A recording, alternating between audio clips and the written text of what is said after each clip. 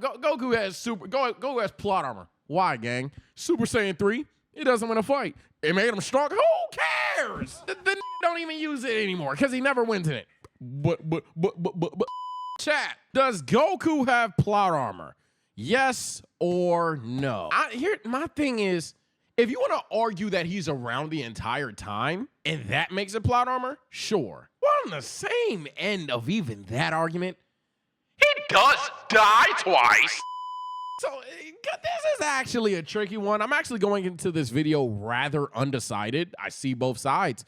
My glorious king deserves plot armor, but without further ado, let's go find out. If you've been a Dragon Ball fan for by find out, I mean, let's just hear my opinion of my brother, my birthday twin. Any amount of time, I'm sure you've heard at least once that Goku has insane plot armor. But I think the issue is the usage of the term plot armor, what people really mean by it versus what it actually means, and so on and so forth. So I wanted to break it down and see if Goku actually has absurd plot armor. Yeah, I would define plot armor, by the way, as like the Coinky Dink, Gary Stu, Mary Sue moments of, aha! I just happen to have this quirk that allows me to counter your quirk. And not only does it allow me to counter your quirk, but it can all do it in one punch. And I'll never have to be punished for the lack of preparation, situation, or anything ever again, because fuck you, I'm the main character. And I don't know how I feel about that because Goku prepares for like 90% of the shit that he goes through. So yeah. Start, we have to talk about what plot armor actually even is. And for the most part, plot armor is generally defined as a character escaping or surviving a dangerous situation because it is required for the plot to progress. Yeah, so like, for example, main elephant in the room, the 7-sphered size elephant in the room. I wouldn't argue like because Dragon Balls exist, the answer is yes. You know what I mean? Because we're in a verse called Dragon Ball. And yeah, anybody can fucking make a wish, dude.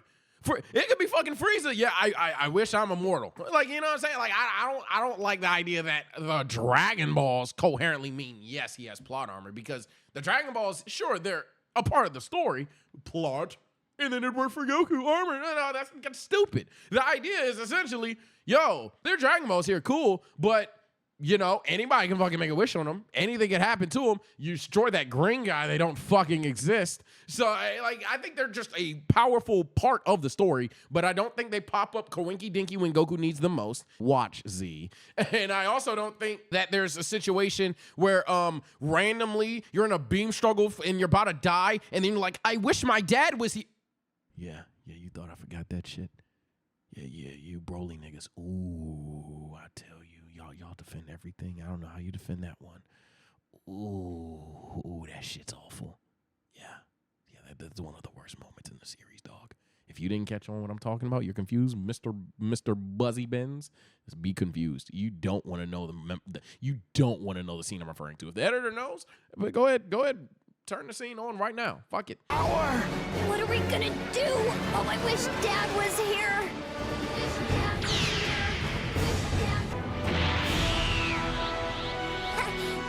Shenron was listening. This makes sense, right? I don't think anybody would argue that plot armor in that regard is pretty necessary. It's a fundamental part of a story. The issue is when plot armor is unbelievable. It defies the expectations or understanding of how the story should work or how it's been presented to us up to this point. Basically, it's suspension of disbelief, which is something I've talked about already with power scaling. I agree with this. But it comes up again basically everywhere that people are talking about their... He said it in the more elaborate, literally defined, don't will actually me in my comment section way. To TSO, plot armor essentially... Yeah, no mixed shit. Thank you. A piece of fiction and be able to continue living in that world, that fantasy, without it breaking the rules it established itself. So this is the type of plot armor I'd like to focus on because I feel like it's the one that most people are referring to, especially when they're talking about egregious cases of plot armor. So let's go through some of these iconic Goku moments that people like to bring up all the time and see if Goku even has plot armor to begin with. He might not. They're gonna start with his birth. Let me start with the one I think most people think of when they talk about Goku's plot armor, him dying in the fight against Raditz, only to later be revived and back around again. This isn't plot armor. Agreed. Thank God, Carl. Yeah. Again, the Dragon Balls exist. That's not plot armor. Plot armor would be the Dragon Balls coinky dinky going off and working out of character. Kind of like I dissed the scene, but seriously. And I usually would let it be a miscellaneous hint, but I'll even reveal what the hint was. But like the idea that like you are having a beam, like you're Goten, you're having a beam clash with Broly, and then you wish your dad was here, and only one Dragon Ball hits the side of your foot, and it goes off, and your fucking dad appears, and he saves your life. Yeah, that would be plot armor, because that's not how the Dragon Balls work. Wow, it just happened to roll by your fucking foot, and hear you, and obey your commands against the norm, against the status quo, against the norm. Everybody knows the Dragon Balls exist. Everybody knows the fucking Dragon Ball exists, except Raditz, who died, hence why the Saiyans are coming. So, hey, we got a year to train. Fuck it. Hey, revive him. Revive Goku when you can. But even furthermore, if it were really plot armor, Goku would be back in time to teach everybody the Kaioken and the Spirit Bomb and make sure nobody fucking dies. Reality is, Goku shows up too late. Oh, plot armor, though. Fuck out of here. I don't know what to tell you, at least not in the way that people say. Obviously, Goku died. Great. But Dragon Ball has already set the expectation that characters can be revived by the Dragon Balls. It's happened multiple times in the story by this point in the series. So Goku being revived after dying for the first time ever, not a big deal. It really isn't. And what most people seem to forget, I guess, is that he does die a second time, and originally, at least according to a recent reveal in an interview with Toriyama's editors, it was supposed to be a permanent death for Goku in the Cell Saga, which is insane to think about nowadays, but you know, so many people were speculating that the Cell Saga was an intended endpoint for the series, and we also don't know how the ending of the Cell Saga would have changed given— Yeah, it was supposed to just be the Gohan show. If Dragon Ball ever came back, it's the Gohan show. We all theorized this, we all knew this.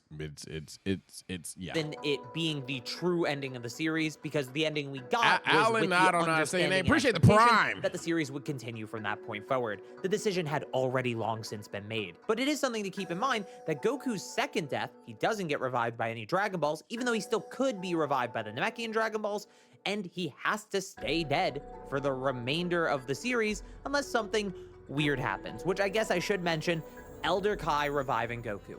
Yeah. I can see an argument that this is plot armor. Correct. There's never been a point in the series where it's been even remotely established or hinted at that a god character can could just give up their lifespan to another person. Thank you. Or like, to go further with this, sure, you could argue it's a hidden ability, but like Whis being able to be like, yeah, I can just go back in time. That's plot armor. Because it's in my opinion, at least presented in a way where you don't know that. You don't know it. It happens. Oh, that's fucking convenient. And I think that's where my real takeaway is. Plot armor to me is if you can sit back and go, oh, gee, really? Well, that's fucking convenient. But all of it. You can't just go, that's convenient, or gee, really. If it, like, you know what I'm saying? Like, it has to be something that's kind of like revealed either A, on the spot, or barely revealed at all.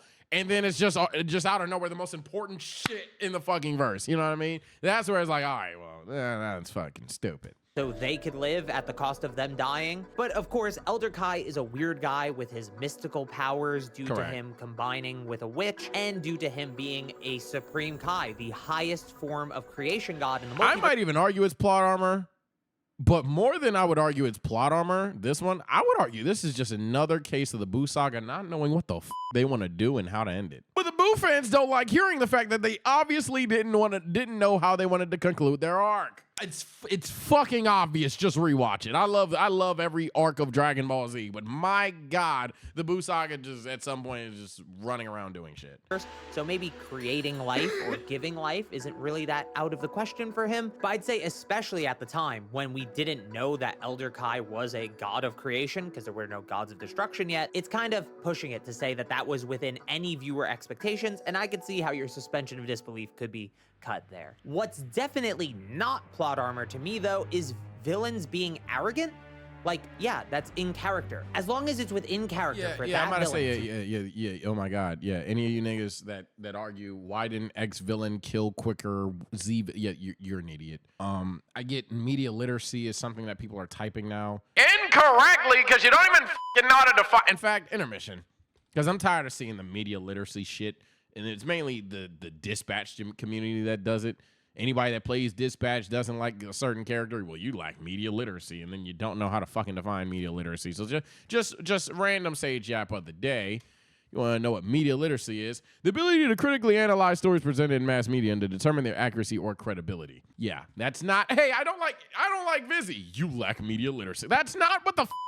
Anyway, yeah, no, a character sitting there and like I'm Frieza. I like to torture the Saiyans before I kill them. Hey, I'm Cell. I could kill you all right now, but I love a good fight. See you in a week. Hey, I'm Boo. I'm just an atomic tub of stupid, so I'm not gonna kill everybody as long as you say that's bad, Boo. That's not, oh wow, plot armor. Oh my god. No, that's literally in character. And that is giving a villain a personality. Because my God, imagine the inverse. Where every character felt like a predictable, you plug their controller in and this is what they do character. Holy shit. To be arrogant and take their time and be meticulous and torturing to the heroes of the story, I think it's fine when every the villain character doesn't just if every character behaved like how you behave, your anime would be the most boring anime of all time. He doesn't because that's in character. Every character's the fucking same. Cell could have killed everyone extremely early, but having a tournament was in character for him. And I think a big example of this being the opposite is with Kid Buu, who goes and quickly destroys the Earth, and they barely escape because of a teleportation technique, not even from Goku, but from Supreme Kai, both of which were already established in the story. So them escaping that fate on Earth is completely within the bounds of the story, and it shows what happens when a villain isn't just arrogant and going for ego plays when they go into a fight with Goku and the main cast. So I think... And even Kid Buu kind of has an ego. He goes to sleep on Goku and Vegeta until they power up to a certain level of strength. Villains being arrogant, you could say is plot armor, I guess in the traditional sense, where the story is written in a way because it has to be written where the hero, generally speaking, wins. But it's not plot armor in the egregious sense, where it comes out of nowhere. I don't think there's an arrogant villain in Dragon Ball that's all of a sudden arrogant when he wasn't before. Now, I think this is a similar case with new transformations. Some forms have foreshadowing and build up throughout the arc that they're introduced, like Super Saiyan, Super Saiyan God, Ultra Instinct is actually foreshadowed. Yeah, some people are going to say God. I definitely disagree with the idea that God is a case of plot armor. The main one would be, oh, God has to be plot armor because you just ask Shenron, he tells you how to do it, you just fuck off and do it, which, to be fair, very easy, very good surface level argument, but it's still a surface level argument. They explain the lore of the Super Saiyan God for a good amount of time, actually. Of course, of a series, you could say. So all of these transformations, if they win the fight, they were foreshadowed to be the thing that wins the fight. And he does also lose the fight. I don't think that defies your expectations of the narrative to the point that it breaks your suspension of disbelief and it calls for, oh, he had an ass pull plot armor moment. So many people call things ass pulls in Dragon Ball, but it's only an ass pull if it's really not foreshadowed, hinted at, or built up to. I agree. Which a lot of transformations that win are. And for the transformations that don't win, they aren't built up to most of the time. Blue Evolution. He got one of the two that I wanted to talk about. That era of TSO, the TSO _ The Reckoning, when they moved on from the previous era and they wanted to fight for Blue Evolution. I'm glad we have moved on past that. I'm glad for, this is the only time I will say I'm glad we have Straw Hats around. I'm glad we have My Hero fans around here somewhere. I'm glad we have Hunter Hunters and Attack on Titaners now, because when it was strictly just Dragon Ballers over here and niggas went from the first era, which I'm about to talk about, to the second era, that Blue Evolution is this deeply, deeply understood lore, makes sense, all this other. Gang, I probably actually like Dragon Ball more than you. That was some bullshit, Your Honor. Let's talk about the era before that, the even worse, the unforeseen era, the era that I almost want to wipe off the history of TSO. You fucking ragers. This is exactly what I'm talking about, because the Saiyan transformation Awaken from rage! is Super Saiyan. Your boy got mad and unlocked a new quirk so he wouldn't die. But y'all get mad when I call Trunks the Gary Stu of Dragon Ball. And I like Trunks. But that nigga is the obvious Gary Stu of fucking Dragon Ball. This shit just happens for him. If anything, Trunks might be an example of plot armor in this fucking video when he gives Goku the medicine. The nigga is Gary. capital S, capital T, capital U. The nigga is Gary Trunks, bro. Gary Trunks. He's a better hybrid than Gohan. Didn't win its fight against Jiren. Yeah, it wasn't really built up to that much. And of course, you have my favorite transformation.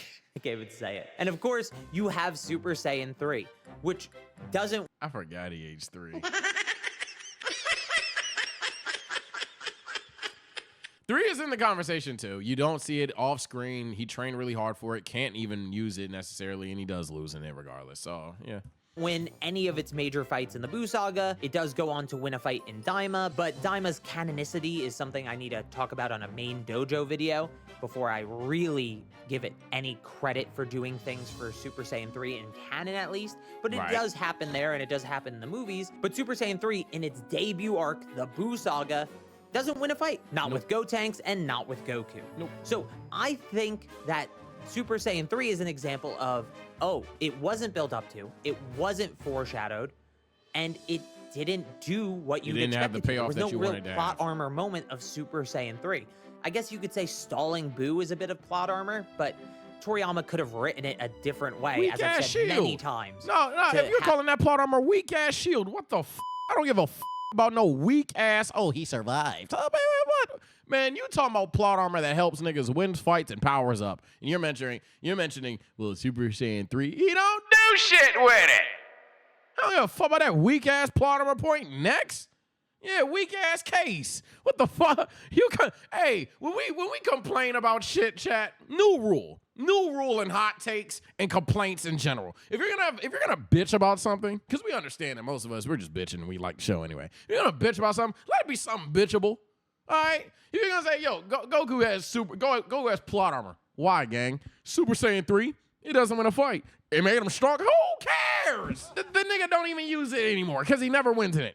But yeah. But what?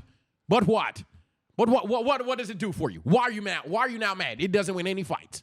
It wastes his time. If anything, it makes it harder for him to win fights. Why are you upset now? He used it to kill Hirudegarn. When did my fucking when? Just someone tell me, when did this happen? And how do we get rid of it? He's not wrong. Yeah. And then it's always, I mean, he's not wrong. He's not wrong. Have Buu be stalled without Goku putting on such a good performance against Buu. But regardless, in terms of the story that we have, movie? Yeah, forms that are built up to and have narrative framing, those are the ones that win the fight and create plot armor for Goku, but in the positive sense, not in the negative sense. So I see no issue here. Now, I will say for the most part, I've been pretty positive about Goku's plot armor in terms of the what's story, the negative one? But there are some moments that are a bit more questionable, all right? I'm gonna be honest. I'm gonna try to be fair and unbiased here. I won't be. I'm biased. And a lot of this actually happens in original Dragon Ball. Oh, yes. I can't even defend some shit that happens in original Dragon Ball. I ain't gonna lie. So, oh my God, a nigga in chat named 2. A nigga in chat really named 3, but 2 that I was thinking of. Mercenary Tao, holy f. And without a doubt, Tao may be shaky. Maybe I can go there. The first fight against Piccolo, holy. Chat. That was a dead tot. And there's nothing else. That was a dead tot on the screen. And then he just wasn't. That was a dead tot right then and there. Nepo. All because of Bardock. If this video goes out before the Nepo debate, you'll understand that was funny. That was funny. You have things like Goku surviving the fight against Tao Pai Pai because his Dragon Ball just happened to be in the place that Tao Pai Pai shot. And durable, and you're establishing now that they're durable enough to tank a shot like that, right? Be lucky it just happened to hit the Dragon Ball rather than hitting, the rest of Goku's torso. And so this allows Goku to survive it. In a similar way, you have Goku versus King Piccolo, where his heart stops beating after their first confrontation, and miraculously, Goku comes back to life, and it's not really explained. At least not then. And that's... Like I have to expect that Demon King Piccolo, the one that slaughtered thousands, just doesn't know how to check a pulse or some shit. Or just like Goku's heart is able to stop for like 5 minutes and then come back or something like that. Like, fuck it. Pretty damn crazy plot armor if you think about it. Because it's one thing to have Goku get hit by an attack, but it happens to hit something we knew he had on his person, and it has this thematic meaning of like Grandpa Gohan protected Goku on his journey to find or Bardock. But no, seriously, that's why I said this one you can kind of debate a little bit. The Demon King one, I don't see an argument. Grandpa Gohan, which ends with him finding Grandpa Gohan actually not in the form of a Dragon Ball. I mean, that's different than Goku just losing a fight, his heart stops beating, just so the villain will leave, and then his heart starts beating again. It's a little... He can't even do it. It's a little much. He can't even do it. Really, and sometimes on this channel, pushing it with that one. Liking the video now. Make sure you like the video, subscribe to my channel, things of that nature. This is why sometimes it's good to do these other YouTuber reactions. Because sometimes you need a different voice. I think it's fair. Sometimes your math teacher, chat. We understand your math teacher understands math better than you. We understand your math teacher is literally Teaching you math. But goddamn it, dog, I've seen how you eat sandwiches. You're dumb as shit to me. Or dang, I ain't gonna lie, you made that one mistake on the board. Or there's that one time Brittany came up there and did the math equation faster than you, and now I think you're a dumbass. So I need a different voice. I need a different voice to say the same shit, or perhaps in a different way. So in short, that's why sometimes it's good to have these other collabs, because yeah. If he ain't gonna be able to say this, if me saying I don't get the argument for Demon King Piccolo not being plot armor, maybe another brother down, maybe another birthday twin, doubling down the take will help you all see that it's really kind of some bullshit. And I love original Dragon Ball, and I can definitely see the plot armor allegations there. Your suspension of disbelief might be a bit shattered at that point. And if we actually go even further back into original Dragon Ball in the Red Ribbon Army arc, we have General Blue, who was about to kill Goku. He was about to win the fight due to his telekinetic powers, only for a mouse to randomly appear and save Goku and the others. It's kind of crazy if you think about it, how often this happened in the original manga. I mean, Goku turning into an Ozaru because the moon happened to be full in the very first arc, saved them from being captured and killed by the Pilaf gang, is kind of plot armor. I guess it's like the least egregious of the I would argue that's a reveal. I've mentioned for sure. It doesn't break your suspension of disbelief. Yeah, I would argue the that's a story reveal. could just That's be different. written in a way that it happens to be a full moon, but it's really one of those things where and it's hard to say. I think the reason that Dragon Ball has these flaws a lot is because original Dragon Ball is a comedic. Someone in chat just mentioned it's supposed to be funny. Original Dragon Ball is supposed to have a comedy thing to it, so stupid shit's gonna happen because Toriyama's probably laughing in his chair while he wrote that shit. It's just one of the many instances in original Dragon Ball that kind of fall into this weird little category. And I'm sure you can include many other times where Goku's had his literal torso ripped through and he survives somehow just in time to get a Senzu bean or a heal, or in some cases not even a heal, he just flies away. Now my but boy all of Tank. those aside, you have the plot armor wish from Dragon Ball Super's Granola arc. So I'm going to talk about the Dragon Ball Super manga. If you haven't seen my coverage of this arc, or you haven't read it, or both, you could skip ahead. We ain't skipping shit. I've read the book. Try to put a timestamp in, but I'll be brief. So we find out in the Dragon Ball Super manga that Bardock, inadvertently, wished that both of his sons would thrive. Now, the real translation is more like they would grow up well or something along. Textbook retcon. This is the definition of, if we're going to go down this rabbit hole, this is the definition of what a retcon is. That opens up a whole different fucking can of worms. Holy shit. Please don't open these worms on this video. Those lines. And since Goku is saved constantly from please surefire don't. death, it does Fuck, seem like please this no. Bardock wish is being used to Please retroactively no. explain all these instances of Goku's good fortune. in the past. Sometimes you ever see some shit, I think as all anime fans, we all get on this one. If you're not even a Dragon Ball fan, get out. If you're not even a Dragon Ball fan, if you're not a One Piece fan, you're not a Naruto fan, you're not a Bleach fan, you're not a My Hero fan, not an Attack on Titan fan, not a Hunter x Hunter fan, whatever. We can all have issues. But there's one thing I know we've all felt. It's that one panel, that one scene that isn't necessarily bad from your show, because some of you think your show's perfect, but it's one of those scenes from your show where you're like, oh, fuck, I gotta explain this shit? Like, you know what I mean? Like, every fan base has that one scene where it's like, oh my, I know I gotta defend this shit, dog. Like, I like it. I actually understand that. I think it makes sense, but I already know niggas gonna dick suck this. Whether you're the Senzu bean in Dragon Ball, the crying scene from Solo Leveling, JJK probably got like 3 of them. Whether you're the Aaron Yeager crying scene, there's so many of them, and it's just like, fuck, bro, please. Like, you appreciate it, but you know someone that doesn't like your show or doesn't appreciate it as much or doesn't understand it. You know it's cooked. You know it's cooked. Now, do I like this? No. Does it explain it? We was fighting fights in Gear 5. Yeah, like Gear 5 is actually a scary perfect example, by the way, of what I was talking about. Where like Gear 5 is the perfect, I'll even say, Gear 5 is the perfect transformation for an anime character. I think when you say name a transformation that fits a character's personality the best, I'm not gonna lie, Luffy to Gear 5 might be the answer for me. But what I will always say is, now you go tell somebody to enjoy those fights. Do it with a straight face. You go tell somebody to like all the Gear 5 fights, and that nigga grew up on Dragon Ball, and then he watched JJK, and then he went back and watched Teen Titans. So he likes that boom, pow, explosion shit. And now you got this nigga listening to Yabba Dabba Doos and shit. Oh, Lord. Do I like this? No.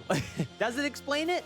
I guess. Monaito is probably strong enough to make all of these things happen, so Torombo would be strong enough to make all of these things happen. Type shit. But it doesn't feel great, No. especially because it has to be explained after the fact, like way after the fact. Yeah, that's 30 why I call years it a later, retcon more than... It's really, really tough to get behind the idea of this not just being a case of plot armor that breaks your suspension of disbelief, to the point that Toyotaro and potentially Toriyama felt the need to explain it later on. Yeah. Way later on. So I can understand at least those being cases of Goku's plot armor. Now, I will say, I don't think Goku has had egregious plot armor in any real severe sense since. Yeah, I think that's why I clicked this video and why I wanted to discuss this with chat and things like that. Because he hasn't brought it up. I'll see if anybody in chat disagrees for like 2 seconds after we end the video. But yeah, I don't think of a moment where, all right, Goku, Mickey. Like, I don't think of all characters, Goku's that guy. I think there's a lot of characters that have that. I think it's Goku, unironically. And y'all know I'm a Goku glazer. So I will glaze. I'll let you know when I'm glazing. I don't think I'm glazing to say, yeah, Goku doesn't really have a lot of those. Original Dragon Ball. And even then, it's He maybe just 2 or dies 3 or he times doesn't. that's really bad. In original Dragon Ball, we've already kind of talked about.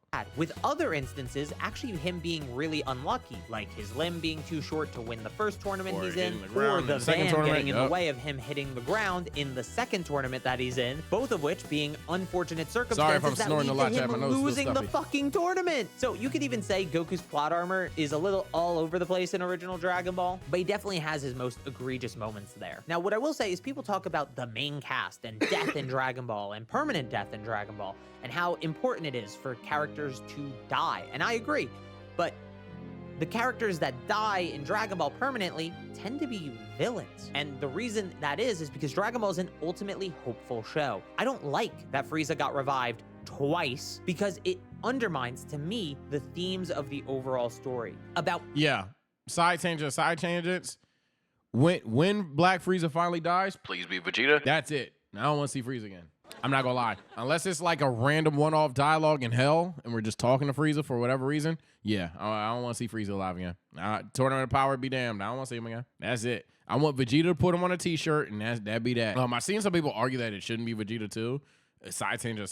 Seen some people argue Broly. See some people argue Goku, Gohan even. No, I'm still team Vegeta doing it. But no, I don't want to see any more Frieza alive after it. perseverance and tenacity, overcoming all and any odds. If you keep fighting, if you keep pushing through, there is a hopeful future for you to find at the end of that tunnel. And that's what Dragon Ball is about. Broly, you can't have people the argue main anything. cast But Broly die has all a the case. time, especially permanently, Just because it equal. undermines that messaging. It undermines that hope. Now, I'm not saying there aren't instances where a character couldn't stay dead, right? Goku could have stayed dead after the Cell Saga if Gohan was up for the main character role like Toriyama originally planned. But he wasn't. There's only one man that could be the main character of a show like Dragon Ball, and it's my glorious